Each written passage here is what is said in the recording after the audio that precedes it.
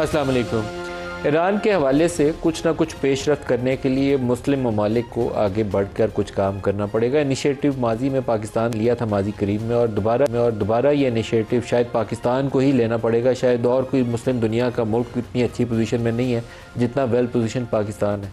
Pakistan, Saudi अरब, Qatar, इसी तरीके से टर्की को साथ इंगेज करके इस मामले का कोई ऐसा मुस्बत हल निकाल सकता है जहां ईरानी क़यादत को दोबारा कायल किया जाए कि ये मसला इस तरीके से हम लेकर चलें तो आगे मामला बेहतर तरीके से बढ़ सकते हैं। इसी तरीके से वाशिंगटन के साथ जो पैगाम रसानी का काम है वो भी इस्लामाबाद के ज़रिए करना निस्बतन आसान है। ईरानियों का उसके ऊपर एतमाद माजी में था, अभी भी बरकरार रहना चाहिए, और शायद यही एक रास्ता होगा जिससे ईरान के अंदर जो बार बार हमले हो रहे हैं पिछले कुछ दिनों में, और उसमें बहुत ज़्यादा बमबारी की गई है, उनके सिविलियन इंफ्रास्ट्रक्चर को भी हिट किया गया, तो उसको रोका जा सके ताकि वहाँ मज़ीद नुकसान ना हो। ईरान की तरफ से आज जो इंटरनेशनल मीडिया की एक रिपोर्ट है, हमने चंद रोज़ पहले भी इसको डिस्कस किया था कि वहाँ से ख़बरें आ रही हैं कि अगर सूरत हाल ख़राब होती है हुर्मुज़ के अंदर या ईरानियन जो एनर्जी इंफ्रास्ट्रक्चर है अमरीकी उसको हिट करने की कोशिश करते हैं, तो जवाब में वो हौसियों को इस्तेमाल करते हुए, यमनी हौसियों को इस्तेमाल करते हुए बाबुल मंदब के अंदर डिसरप्शन की कोशिश करेंगे। तो जो ऑयल प्राइसेस अभी अगर $85 के ऊपर है ब्रेंट की, तो ये जंप लगाएंगी $20, $30, $40, या $125-150 तक चली जाएंगी और दुनिया सारी के अंदर एक भौचाल पैदा हो जाएगा। रॉयटर्स ने आज ये स्टोरी जारी की है कि ईरानियन जो लीडरशिप है उन्होंने इंस्ट्रक्शंस जारी कर दिए हैं कि अगर अमरीकी हमारे एनर्जी इंफ्रास्ट्रक्चर को हिट करते हैं या हुर्मुज़ के अंदर सूरत हाल ख़राब होती है तो आप बाबुल मंदब को दोबारा बंद करने की कोशिश करें। ये एक दफ़ा चंद साल पहले ये काम हो चुका है, और अगर ये काम होता है तो 20% ट्रैफिक तो तकरीबन वो डिसरप्ट कर देंगे इंटरनेशनली जो चलती है उधर से, और सऊदी ऑयल उसका बड़ा हिस्सा बाबुल मंदब से गुजरता है। तो एक हुर्मुज़ की डिसरप्शन है जिसका प्रेशर है, और अगर साथ बाबुल मंदब भी शामिल हो जाए तो पूरी दुनिया में एक एनर्जी का बहरान आ जाएगा। इंटरनेशनल ट्रेड के लिए भी आएगा, लेकिन सबसे पहले एनर्जी का बहरान पैदा होगा, और यूरोप और एशिया की इकॉनमीज़ शायद उसको बर्दाश्त करने की पोजीशन में ना हो, क्योंकि यूरोप सारे के अंदर अनएम्प्लॉयमेंट और महंगाई ने पहले ही उनकी इकॉनमीज़ का बुरा हाल किया हुआ है। वो कहने को वो यूरोप है, पेरिस है, फ्रांस है, बरतानिया है, लेकिन अब उनकी इकॉनमीज़ इंटरनली जो है बहुत कमज़ोर है। वहाँ नई इकनॉमिक अपॉर्चुनिटीज़ नहीं है। वो माजी के शाहना महल तो नज़र आ रहे हैं दूर से, लेकिन वो अब उनके अंदर वो उतनी सख्त है कोई नहीं है किसी भी उनके यूरोप के मुल्क में। और अगर ये एनर्जी क्राइसिस डीपन होता है तो ये उसको ज़्यादा देर बर्दाश्त नहीं कर सकेंगे। एक स्टेटमेंट है अमरीकी नायब सदर JD वैंस का जो मैं आपको सुनवाना चाहता हूँ। हम बार मैं एटलीस्ट इसका कुछ 100 दफ़ा तज़किरा कर चुका हूँ कि इस जंग का और इस तनाज़े का अगर ये बरकरार रहता है तो दुनिया सारी में सिर्फ एक बेनिफिशरी है, और उसका नाम नेतन्याहू है या इसराइल है, उसके अलावा कोई नहीं है। और वो अमेरिका को घेरता है, ट्रंप को बहुत इन्फ्लुएंस है वाशिंगटन के ऊपर इसराइल का, और उसको घेरता है ताकि वो इस तनाज़े का हिस्सा बना रहे। बंदूक इसराइल चलाता है, कंधा अमेरिका का इस्तेमाल करता है। ये शायद JD वैंस का इससे ज़्यादा क्लियर स्टेटमेंट नहीं हो सकता कि इसराइल उनकी पॉलिसी को इन्फ्लुएंस करने की कोशिश कर रहा है, और वो कह रहे हैं कि जो पॉपुलर पब्लिक ओपिनियन है वो इसराइल अब वहाँ से लूज़ कर रहा है। लेकिन एटलीस्ट ट्रंप इंतज़ामिया के ऊपर अभी भी उनका काफ़ी ज़्यादा इन्फ्लुएंस है, इसीलिए इस तनाज़े से अभी तक अमेरिका बाहर नहीं निकल पाया, जबकि वहाँ पब्लिक ओपिनियन जो है वो लार्जली ईरान वॉर के ख़िलाफ़ है। पाकिस्तान की इंटरनल सिचुएशन आ जाए तो दो मसले ऐसे हैं जिससे हमारी तवज्जो नहीं हटनी चाहिए। एक पाकिस्तान की दाखिली सलामती, अमन व अमान की सूरत हाल, और दूसरा हमारी जो पोलराइजेशन है सोसाइटी के अंदर वो नेक्स्ट लेवल के ऊपर है, वो पीछे नहीं हटने को तैयार। और मौलाना फजल रहमान का जो रिसेंट स्टेटमेंट है उसके बाद से पूरी जो मौजूदा हुकूमत है, कोलिशन जो पार्टनर्स भी हैं, और PMLN का जो अपनी भी सीनियर लीडरशिप है, वो रोज़ाना एक सुबह उठते हैं और शाम तक उनकी 100 स्टेटमेंट्स जारी होती हैं कि फजल रहमान साहब ने शोहदा की शान में गुस्ताखी की है। तो एक प्रिंसिपल स्टेटमेंट है वो पहले दोहरा लूँ फिर आगे चलते हैं कि पाकिस्तान के शोहदा फ़ौज के हों, पुलिस के हों या सिविल के हों, कभी भी उनकी तकरीम में कमी आने का कोई अगर बंदा सोचता भी है तो शायद वो उससे बड़ा दुश्मन पाकिस्तान का हो ही नहीं सकता। आपकी दाखिली सलामती के लिए, पाकिस्तान के लिए अगर कोई बंदा अपने जिस्म के ऊपर एक ज़ख़म भी लेता है ना तो आपको उसको सलाम करना चाहिए। ये बहुत बड़ी कुर्बानी है कि कोई अपनी जान ही पाकिस्तान के ऊपर निछावर कर दे, तो उसके ऊपर तो दूसरी राय मुमकिन नहीं है किसी के लिए भी। मेरा नहीं ख्याल है कि उसकी सियासत में गुंजाइश होगी या किसी और जगह पे गुंजाइश होगी। लेकिन दूसरा मसला आता है कि पाकिस्तान की दाखिली सियासत के अंदर जो इस्टेब्लिशमेंट की इंटरफेरेंस है, हुकूमतें बनाना या गिराना, या सियासी कोई इत्तेहाद इकट्ठा करना या उसको सियासी इत्तेहाद को तोड़ने के अंदर रोल। हमारी 70-80 सालों की तारीख में इसके अलावा कुछ हुआ ही नहीं है। IJ कैसे बनी थी, कैसे नवाज शरीफ आए थे, कैसे उनकी हुकूमत बनी, कैसे गिरी, तो आपको उसका जवाब मिल जाएगा। कैसे इमरान खान की हुकूमत बनी, कैसे उनकी हुकूमत गिरी, आपको फिर उसका जवाब मिल जाएगा। तो हमारी हिस्ट्री इसके आगे पीछे घूमती है। तो वो अगर कोई सियासी शख्सियत बयान देती है तो वो ठीक है, उसको खुले दिल से लेना चाहिए, उसको डिस्कस करना चाहिए, लेकिन बजाय तनाज़ा किसी शहीद जो है उसकी कुर्बानी को कभी नहीं बनाना चाहिए। तो आज के प्रोग्राम में जो हमारे साथ शुरका हैं पर बात करेंगे, स्टूडियोज़ में हमारे साथ हैं शौकत यूसुफ़ज़ई साहब, सेक्रेटरी इत्तलात हैं पाकिस्तान तहरीक-ए-इंसाफ के। शौकत साहब बहुत शुक्रिया, आप हमें ज्वाइन कर रहे हैं आज इस्लामाबाद स्टूडियो से। इंजीनियर ज़ियाउर रहमान साहब हैं, JUIF के सीनियर रहनुमा हैं। इंजीनियर साहब आपका भी शुक्रिया सर। और बैरिस्टर अकील मलिक साहब हैं, वफाकी वज़ीर मुमलिकत बराए कानून व इंसाफ। सर आपका भी शुक्रिया, बहुत शुक्रिया, आप हमें ज्वाइन कर रहे हैं। इंजीनियर साहब से आज स्टार्ट करते हैं। सर, मौलाना साहब के बयान ने आग लगाई हुई है और मामला भी ठंडा हुआ नहीं है। वजूहात क्या थी मौलाना के बयान की? बहुत शुक्रिया आपका नदीम भाई। देखिए, मैं मौलाना फजलुर रहमान साहब के बयान के हवाले से जो एक कन्फ्यूजन फैली हुई है, बल्कि मैं ये लफ्ज़ बहुत इस्तेमाल होता है और ये बड़ा वो भी है कि सियाक व सबाक से हट के एक चीज़ को बयान करना। इसकी एक वजह है, आप मौलाना फजलुर रहमान साहब के बयान को कन्फ्यूजन का सबब क्यों बनाते हैं? आप वो जलसा आम करते हैं, लोगों पब्लिक में जाते हैं, वो कराची में जाते हैं, वो परशीन में जाते हैं, वो चारसदा में जाते हैं, वो कसूर में जाते हैं, वो मर्दान में जाते हैं, वो एक नैरेटिव दे रहे हैं पाकिस्तान के लोगों को कि ये जो पाकिस्तान जिसके बारे में ये तस्वुर है कि ये दहशतगर्दों के हाथों KP यरगमाल है, दहशतगर्दों के हाथों बलूचिस्तान यरगमाल है, दहशतगर्दों के हाथों फाटा यरगमाल है, सिंध यरगमाल है डाकुओं के हाथों, तो हम जा रहे हैं और हम दुनिया को पैगाम दे रहे हैं कि ये पाकिस्तान है और यहाँ पर हम ओपनली पब्लिक में डिबेट कर रहे हैं, पब्लिक को जमा कर रहे हैं, एक जलसा आम कर रहे हैं। और फिर उसमें बजाय ये कि रियासत इसको अप्रिशिएट करे, वो मौलाना साहब की मुकम्मल तकारीर का ब्लैकआउट करती है, तमाम जलसा आम का ब्लैकआउट करती है। मौलाना साहब का वो लफ्ज़ जो पाकिस्तान की जोग्राफी और नज़रिए के हिफाजत के लिए पब्लिक में जाता है, आप उसका ब्लैकआउट करते हैं, आप उनके नैरेटिव को रोकते हैं। फिर उससे यही होगा कि ये कन्फ्यूजन फैलेगी। मौलाना साहब ने एक जुमला कहा, क्या कि ज़ियारत में पहले हम बलूचिस्तान में बलोच बेल्ट में सोचते थे कि जी यहाँ पर तो खून बह रहा है और कोई जा नहीं सकता। अब तो पश्तून बेल्ट में एक एक दिन में 50-50 लाशें हम उठा रहे हैं, KP में हम उठा रहे हैं, फाटा में हम उठा रहे हैं। तो क्या हमने पाकिस्तान में हमेशा खून देकर रहना है, जनाजे पढ़ने हैं? और उस पर फिर हमें ये कहा जाता है कि जी जनाजे तो हमारे भी, शोहदा तो हमारे भी हैं। ये आपकी ऑफिशियल एक्सप्लेनेशन है मौलाना? जी, मैं बिल्कुल और रिकॉर्ड ये मौलाना साहब की तकरीर का हिस्सा है। मेरे पास वो है जी, मेरे पास भी है, ये उनका हिस्सा है। मैंने प्ले किया तो बैरिस्टर अकील मलिक साहब प्रोग्राम मुझे आगे नहीं बढ़ाने देंगे, इसलिए मैं प्ले नहीं कर रहा। नहीं, अगर आप प्ले करना चाहते हैं, मेरे पास 2 मिनट 21 सेकंड का वो क्लिप है जो असल तनाज़े की वजह बना है, मेरे पास भी है। अगर आप वो सुनवाना चाहेंगे, इब्तिदा यही से हुई है जहां से मैंने स्टार्ट किया कि बलूचिस्तान के हालात के। जी, हमने इन 2-3 दिनों में सिवाय जनाजे पढ़ने के और लाशें उठाने के और कुछ भी नहीं किया। तो क्या हम इसके लिए शौकत साहब से पहले पूछ लें। शौकत साहब आज हमारे पास इस्लामाबाद स्टूडियो आए। शौकत साहब, पहले आपसे रद्दमल मिल जाए, फिर बैरिस्टर साहब से पूछेंगे। मौलाना साहब के बयान के अंदर कुछ अल्फाज का चुनाव ऐसा है, ना करते तो ज़्यादा अच्छा होता। आपकी राय जानना चाहूँगा। जब वजाहत नहीं थी तो मैंने उस वक्त कहा था, उस दिन भी हम दोनों साथ थे प्रोग्राम में, कि इस तरह के शोहदा के बारे में कुछ नहीं कहना चाहिए। लेकिन जब इन्होंने वजाहत कर दी तो इसका मकसद हरगिज़ शोहदा का वो नहीं था। आप इनकी वजह से मुतमईन हैं? डेफिनेटली अगर ये बात है तो इसका तो हरगिज़ ये मकसद नहीं है कि आप किसी शोहदा को टारगेट कर रहे हैं, या उन्होंने तो साफ कह दिया, क्योंकि शोहदा तो सबके लिए बराबर है, चाहे वो फ़ौज का है, चाहे वो सिविलियन है, चाहे वो पुलिस की। कुर्बानियाँ तो लोग दे रहे हैं, इसमें तो कोई शक नहीं है। हमारी जो फ़ौज है उसमें हम किस तरह कह सकते हैं कि एक सिपाही जो शहीद हो रहा है उस पर तो कोई तंज़ हम नहीं कर सकते, इसलिए कि वो तो मुल्क के लिए दिफा के लिए लड़ रहा है। और कौन बंदा होगा जो तनख्वाह के लिए अपनी जान देगा? मतलब ये तो एक जज्बा होता है, ये बगैर उसके मैं कह रहा हूँ, सियासत से हट कर बात कर रहा हूँ, ये एक जज्बा होता है, जज्बे के तहत लोग लड़ते हैं।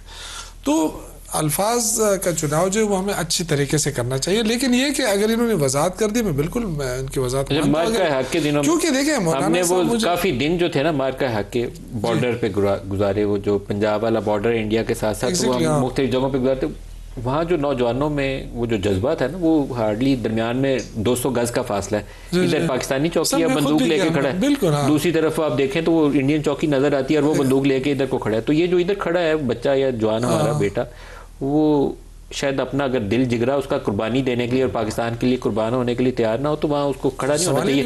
50 डिग्री सी टेम्परेचर में बंदूक लेके खड़ा और आंखें भी नहीं झपकनी, देखना उधर ही है कि कोई दुश्मन से वैसे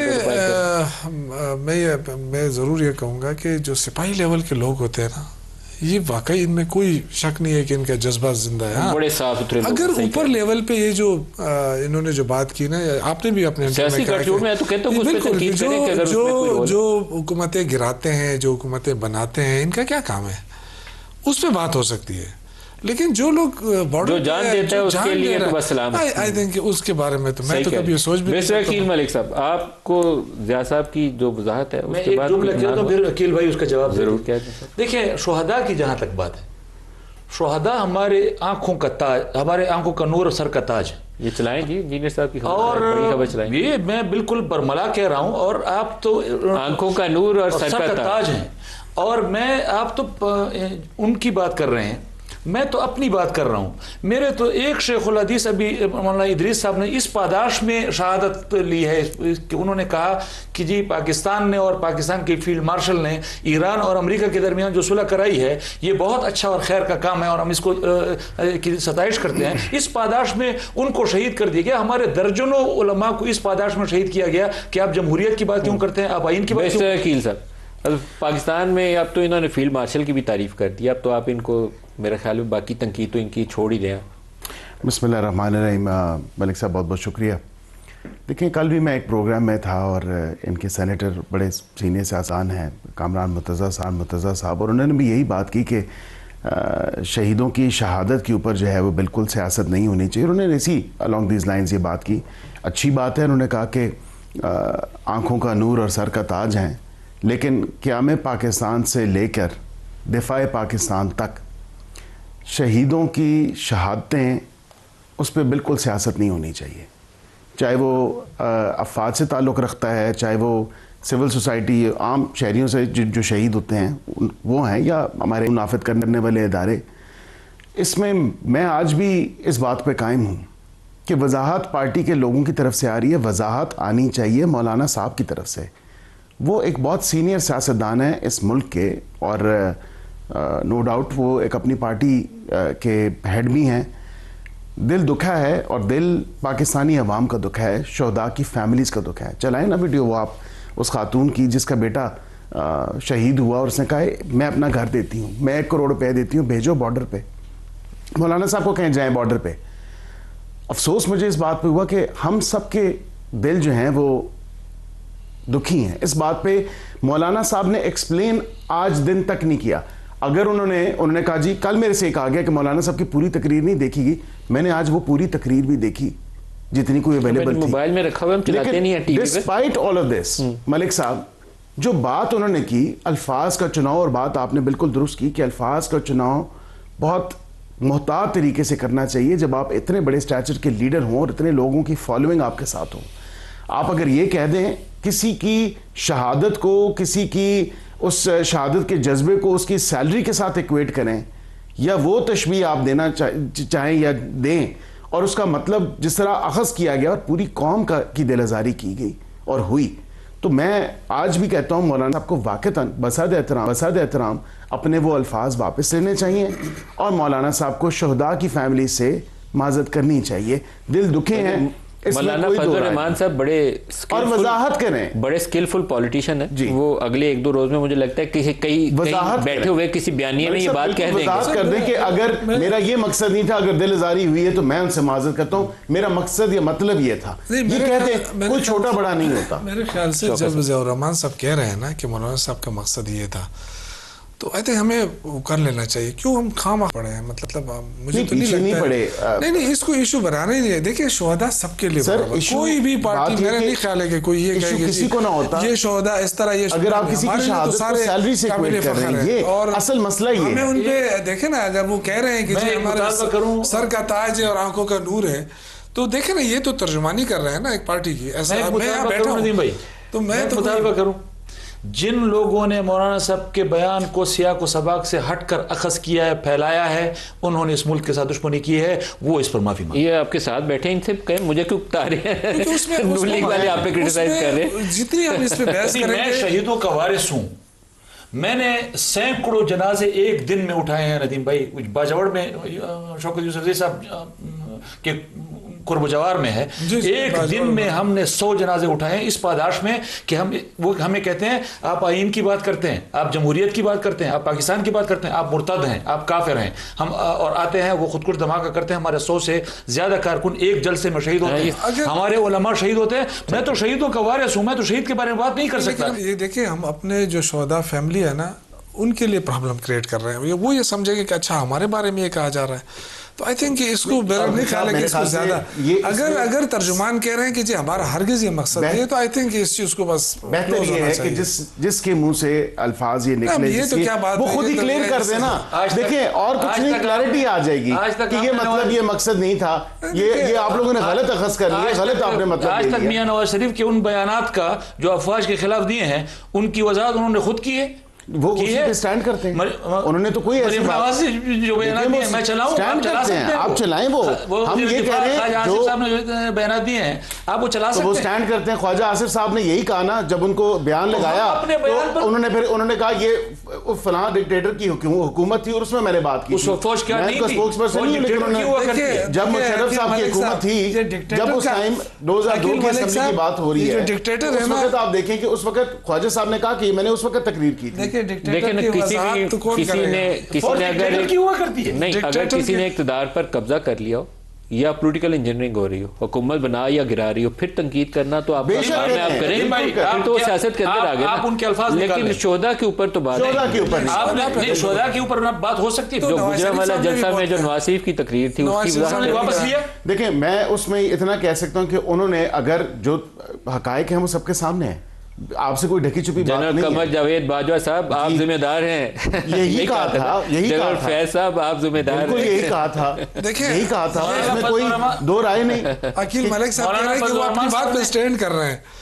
अगर वो अपनी बात पे स्टैंड करते तो मेरा ख्याल नहीं है कि आज हुकूमत एक सेकंड नहीं, लेकिन उस वक्त भी सिचुएशन ये थी ना कि 2018 के इंतखाबात के ऊपर, जैसे 24 के ऊपर आपके तहफ़्फ़ुज़ात है, तो नवाज शरीफ के भी थे, तो वो क्रिटिसाइज सियासी मैदान में कर रहे थे, बिल्कुल करते थे। और डायरेक्ट इनको किसी शहीद फैमिली को या किसी शहीद को उन्होंने नहीं कहा, उन्होंने कहा तो उन्होंने नाम लेके कहा, और क्यों कहा वो आपके सामने है। हमारे मजहब का, हमारे ईमान का एक हिस्सा है, शहादत हमारे ईमान का, हमारे मजहब का एक हिस्सा है, हम वारिस हैं। उसमें किसी फौज का, किसी पार्टी का, किसी कोई आपके साथ बरादरी में शहादत नहीं हुई है ना, हमारे सिविलियंस में शहादत, वो बंदा जान देता है उस अल्लाह की खातिर। पॉलिटिकल टैक्स पेयर्स के पैसों से पार्लियामेंट के मेंबर भी तनख्वाह लेते हैं, यही मरात लेते हैं। किधर से आते हैं ये पैसे? ये टैक्स के पैसे, लोगों का पैसा है जो टैक्स दे। आप ये कहें कि आप अगर टैक्स पेयर्स के पैसों पे मरात भी लें, आप तनख्वाहें भी लें, तो फिर किसी और शहादत जो कि हमारे ईमान का हिस्सा है, एक दिल का जज्बे की बात है,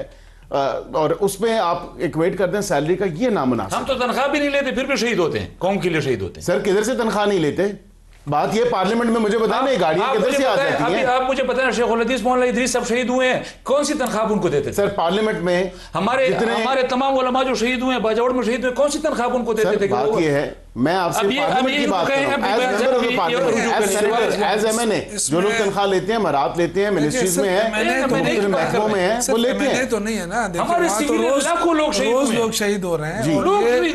ये इसकी जिम्मेदारी भी रियासती जो पॉलिसी है ना, गवर्नमेंट की जो पॉलिसी होती है, वो भी इसमें बहुत बड़ा फैक्टर होता है। आज आप देख रहे हैं ना कि जो हालात बन रहे हैं, अब हम कहें कि जी सुबह हुकूमत नाकाम हो गई, अमन अमन, लेकिन ये नहीं देख रहे हैं कि जो क्रॉस बॉर्डर टेररिज्म हो रही है उसमें कितनी नाकामी हो रही है फेडरल गवर्नमेंट की। कोई उसमें दिलचस्पी नहीं है। एक मेरी आप सारों से दरख्वास्त है, बीइंग पाकिस्तानी भी, बीइंग मुस्लिम भी, जो जान अल्लाह की राह में देते हैं हम लोग, बेशक किसी फील्ड मार्शल की जात के लिए, इंडिविजुअल के लिए नहीं है, किसी शहबाज शरीफ या मौलाना फजल रहमान की, अल्लाह की राह में बंदा जो जान देता है, उसको कभी तराजई का वजह ना बनाए, ताकि कुर्बानी जो जान की दे रहा है उसका एक दर्जा है, वो बहुत ऊंचा है, तो उसको किसी बहस मुबासे में हम नदीम भाई, मैं यही कहता हूँ, हमारे अल्फाज, जिन लोगों ने इस तरह के अल्फाज को अपनी मर्जी से अखज़ करके उसको इस्तेमाल किया है, उनको माफी मांगनी चाहिए। मैं भी ये कह रहा हूँ कि इसको ज्यादा, इसलिए कि वो जो फैमिली है ना वो वैसी हर्ट होगी कि भाई ये हमारे बारे में क्या बहुत हो बड़ा रहा है। दर्जा उनका, बहुत जो बड़ा, हमारे बहुत बड़ा दर्जा सर। मजहब ने कोई शक उनको नहीं। दिया है, इसमें मुझे तो- मैं कौन हूँ, आप कौन है। अल्लाह ताला जिनको कहते हैं कि वो शहीद जो है वो जिंदा है, वो उनको मुर्दा मत कहो, तो इससे ज्यादा क्या बात, इससे ज्यादा बड़ी बात क्या बड़ी बात हो सकती तो उसमें हम बहुत छोटे हो जाएंगे अगर उनके लिए मेरे ख्याल से आपका हुकूमत के पास कोई इशू नहीं है तो इसको इन्होंने इशू बना दिया। नहीं इशू है, इशू नहीं है साहब। आप देखिए ना, मुज़ाकरात की कल तो बड़ा चैलेंज दिया कि आज बैरिस्टर गौहर भी आएंगे, आज अचकजई साहब भी आएंगे, आज असद कैसर साहब भी आएंगे। सारा दिन मैं और तारिक फजल चौधरी साहब पार्लियामेंट में थे, किधर आएंगे? कोई एक बंदा नहीं आया ये पार्लियामेंट के। आपने किसको दावत दी थी? ये कल रात को एक निजी टीवी चैनल के प्रोग्राम टीवी में चैनल के टीवी बयान के चैनल बाद क्या आपने बैरिस्टर गौहर को इनवाइट किया था? मुझे नहीं करना था क्योंकि उनकी अपनी पार्टी के मेंबर जो सिटिंग एमएनए हैं, स्पीकर चैम्बर में अगर पीटीआई और पीएमएलएन के मुज़ाकरात हों तो उसके लिए स्पीकर चैम्बर से कॉल जानी चाहिए थी बैरिस्टर गौहर को, मौलाना फजल रहमान को, यही कह रहा हूं, महमूद अचकजई को क्या हो भाई बातचीत करनी है। मैंने स्पीकर साहब से भी राब्ता किया। मैं अगले दिन उन्होंने कहा चलें आप पार्लियामेंट आए, स्पीकर के दफ्तर आए। स्पीकर ने इनवाइट किया उन्हें। देखिए स्पीकर के इनवाइट करने का नहीं बनता, तो मैंने invite यही किसे कहा कि मुज़ाकरात की दावत बैरिस्टर गौहर खुद को इनवाइट कर ले। बैरिस्टर गौहर सर, नहीं, इनके शफकत अमान साहब हैं, हुकूमत सारी sitting member हुकूमत हैं। है ना। Nobody। ये टॉक शो में हुकूमत चला रहे हैं। आप हुकूमत This हैं, is what I'm saying। आप हुकूमत हैं। नहीं तो चलती फिर मेरे ये भाई। ऐसे चैलेंजेस ना देना कि हम मैं उनको सबको लेके आऊंगा और फिर जो है नहीं, आपका काम है आप इनवाइट करें। फिर वो वज़ीर बंदे से आज़म ने क्या पूछे कि भाई invitation दी तुमने मलिक साहब? वादा किया था। वज़ीर आज़म ने वज़ीर invitation आज़म दी, को सब लोगों ने हर दी, 2 वज़ीर आज़म महीने ने बाद- floor of the house invitation दी। हर 2 तो क्यों महीने नहीं बाद accept वज़ीर करते? आज़म सर साहब वो को एक- हमारे दफ्तरों में एक लतीफ़ा है, वो कहते हैं वो चाय ले क्या, ये वो वाली दावत थी, चाय ले क्या। नहीं दावत जो है वो सिंसियरिटी के साथ नहीं, दी प्राइम गई है। ब्रेक ले लेंगे, हमारे साथ रहेगा, ब्रेक के बाद और बात करते हैं।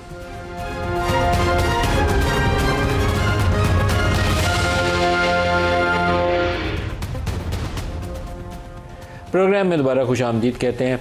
पाकिस्तान में अगर सियासी हमआहंगी पैदा हो जाए तो बहुत सारे मसाइल का हल निकल सकता है।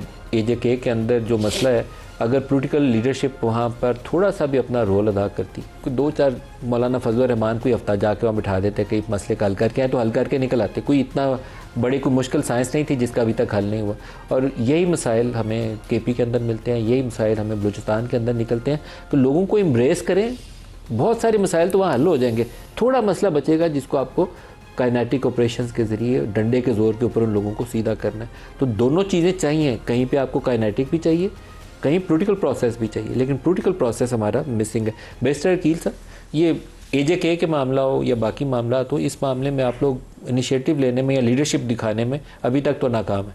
नहीं मलिक साहब, मैं इस बात से कुली तौर पे इत्तेफाक नहीं करता और उसकी वजह है, वजह उसमें ये है कि जो उनका तर्ज तरीका रहा है, लीडरशिप दिखाई ना, 7 साल से तकरीबन उनके साथ मुज़ाकरात हो रहे हैं। बिजली, आटा, गंदम, बाकी उनके ब्रिज, उनकी इंटरनेट सर्विस, उनके रोड्स, दीगर जो चीज़ें उनसे लीडरशिप की महारत ही होती है ना कि मसाइल का हल निकला था। अगर अटके हुए हैं अभी तो हल तो कोई नहीं निकला। जब 38 में से 35 आपके जो पॉइंट्स थे, जो नुकात थे, वो माने गए और आपके मुतालबात माने गए, तो मेरे ख्याल से 3 पे भी बात हो सकती थी। लेकिन कोई ये कहे कि हम सड़क पे निकल के जराओ घिराव करके वो मुतालबात मनवाएंगे, तो ये भी मुनासिब बात नहीं है। उसके लिए एक पूरा प्रोसीजर है, एक पूरा प्रोसेस है, लेजिस्लेटिव प्रोसेस है और कॉन्स्टिट्यूशनल चेंज है।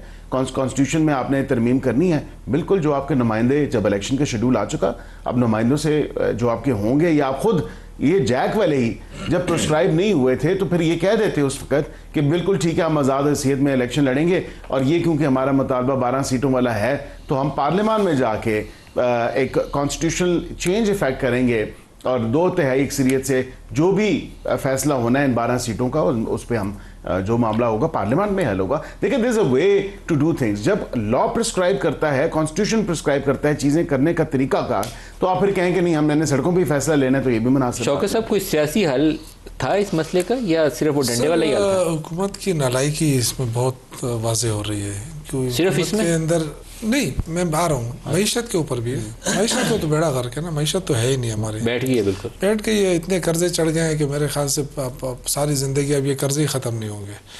और जो आपका तिजारती खसारा देखें, आपका एक्सपोर्ट देखें, ये जो कहते थे हमें कि जी हम डिफ़ॉल्ट कर रहे थे, उस ज़माने में हमारी ग्रोथ रेट देखें 5 से ऊपर थी, आज जो है ना 2.5 से आगे जा ही मुश्किलों में डाल के गए थे। मैं अच्छे नहीं, जो भी था, लेकिन AJK पे वापस आ जाए। AJK का हल क्या निकलेगा? देखिए, AJK के हल के लिए अगर मौलाना फजल रहमान साहब ने पेशकश कर दी है तो आप तो हल ही नहीं कर पा रहे ना।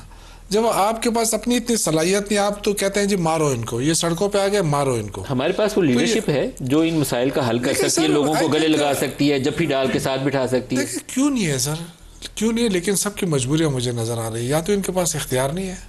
देखे ना, एक इमरान खान की बात आप ले ले तो अडियाला जेल में मुलाकात, क्या कौन सी इमरान इतनी खान भी मुश्किल। जफ्फी डालने वाला नहीं था, मुझे मैं याद है वो कोयटा में मैं वाकया हो इसकी गया बात था, कर रहा हूँ, तो वो कहता था मैं बैठे इनकी रहो, बात कर रहा हूँ जनाजे कि लेकर मैं नहीं अगर आऊंगा। अगर इमरान खान से एक मुलाकात ही करा देते तो बहुत सारी चीजें हल हो जाती ना। लेकिन मैं ये कह रहा हूँ कि AJK की मुझे बात ये to be है, honest लगता है कि यहाँ पर वो एक वो होता है ना, कहतो रजाल वाली कैफियत सर है। देखें, अपने लोगों अगर- से जफ्फी डाल के ना, वो पंजाब में देखिए, तरीकाकार होता है, वो बैठक सी डाल लेते हैं, सर, चारपाइयों पे हुकूमत- बैठ जाते हैं, हल कर लेते हैं सर, मसला, इधर हुकूमत- जगह करते हैं केपी के हुकूमत में बैठे अंदर। लोग अब कुछ जो है ना ना- कुछ तो करते ना तो हल निकल आता। हुकूमत में बैठे लोग किसी पे ट्रस्ट ही नहीं कर रहे हैं। इनके अपने अंदर आप ही ट्रस्ट कर लेते, तो बैठ अपने जाते। आप पे ट्रस्ट नहीं है ना। अगर देखें ना, अगर मौलाना फजलुर रहमान साहब ने कह दिया है कि जी मुझे अप्रोच हुआ है, मैंने इंटरव्यू सुना है कल, मुझे अप्रोच हुआ है और मुझे कहा गया है कि जी हम आपकी बात मानने के लिए तैयार हैं, लेकिन हुकूमत मानने के लिए तैयार नहीं है। अब क्यों? मौलाना साहब से वो पूछते हैं, क्रेडिट क्या नहीं साहब देना चाहते ना भाई। ये देख, मुल्क का मसला है, ये आपका मसला नहीं है इस वक्त। जो अगर AJK जो है ना, ये तो एक सेंसिटिव इशू है ना, गिलगित बल्तिस्तान सेंसिटिव इशू है। आप किस है सर वो तो इंडियन एजेंट डिक्लेयर करना शुरू हो तो गया। ये तो गलत सर, ये नाकामी सबसे बड़ी साहब नाकामी कहतो है। रिजाल है पाकिस्तान में, लीडर नहीं जो सियासी तरीके से मफाहमत से कोई रास्ता निकाल सकते हैं। बिल्कुल कहतो रिजाल नहीं नदीम भाई।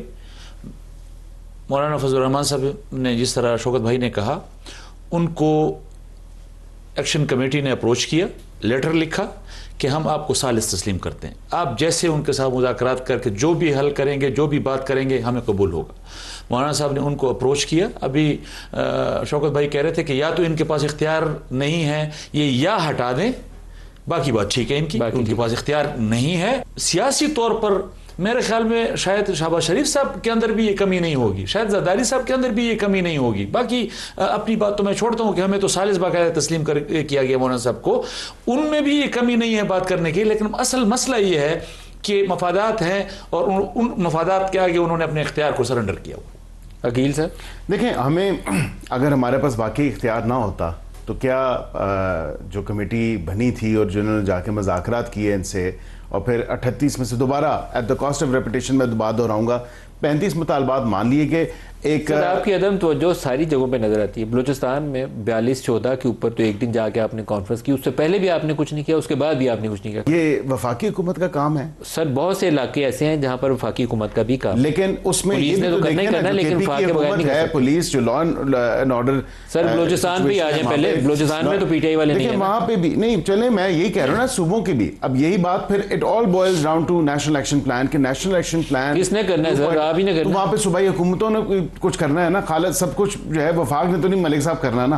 हम ये कहते हैं कि सर, कुछ तो करो, कुछ तो करें आप। नेशनल एक्शन प्लान के वो 14 नुकात जब हमने एग्री कर लिए, सब जमातों ने एग्री कर लिए, सब ने माने, और पॉलिटिकल पार्टीज ने ही ये तमाम तर मामला आगे रखा दिया, फिर उस पर अमल दरामद क्यों नहीं होता? सर सारे सूबों के की बात कर रहे हैं ना, हालात जो है ना सर, सारे सूबों के बहुत पतले हैं। पंजाब के अंदर आपको जो सूरत हाल इस वक्त नजर आती है, ये किसी वक्त हमारे लिए इतना बड़ा गले का फंदा बनेगी कि हमें सबको पछताना पड़ेगा। आपकी CD वो क्या बनी है, CDC बोलते हैं उसको, CCD, वो पता नहीं कोई 2-2.5 हज़ार बंदा फड़का चुकी है, पकड़ती है, बंदा ले जाती है, मोटरसाइकिल चोर भी पकड़ते हैं, रात को सुबह उसको जाते हैं वो और गोली मार के कहते हैं पुलिस मुकाबले में मारा गया।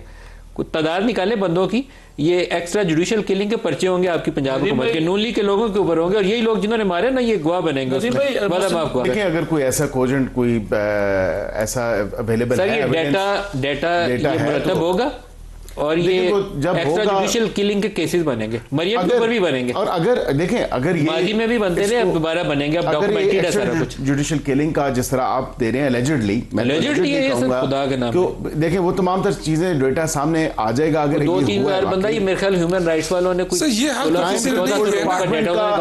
मैंडेट जो है वो बड़ा क्लैरिटी के साथ उन्होंने बताया हुआ कि क्या है, और ये अगेन सूबे के लोग एक्सप्लेन करें पंजाब का, बिकॉज ऑब्वियसली लॉ एनफोर्समेंट जो है वो सूबों का भी उतना ही है मामला जितना अल्लाह ताला। अच्छा मैं सर मुझे एक बात करना है, ये जो अमन अमान की बात कर रहे हैं ना, आप यकीन करें जहाँ से दहशतगर्दी हो रही है उसको एक तरफ करें, बाकी पेशावर हो गया, मर्दान हो गया, या वहाँ जो स्नैचिंग और आपके पंजाब और सिंध के स्नैचिंग के अगर आप करें, आपको पता चल जाएगा कि एक बॉर्डर लगी हुई है उधर, बॉर्डर लगी हुई है, रोज लोग आ रहे हैं जा रहे हैं, और आप कह रहे हैं जी सूबाई हुकूमत कंट्रोल नहीं कर पा रही है। ये तो फेडरल गवर्नमेंट की तरह है।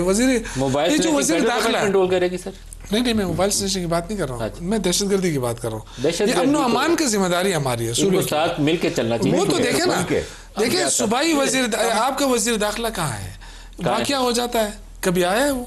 किसी वाकया पे गया है खैबर पख्तूनख्वा? मुझे तो आज तक याद नहीं है। आप दावत दें उन्हें। नहीं यार सर जी, ये वजीर दाखिला इस्लामाबाद का है, सीडीए का है सर। मैं एक बात कहना चाह रहा हूँ कि हमारे दोस्तों को अब तक, मैं माजरत के साथ बात करना चाहूँ, हमारे दोस्तों को अभी तक लॉ एंड ऑर्डर और इंसर्जेंसी जो है, दहशतगर्दी जो है, उसका फर्क समझ में नहीं आ रहा। यही तो मसला है।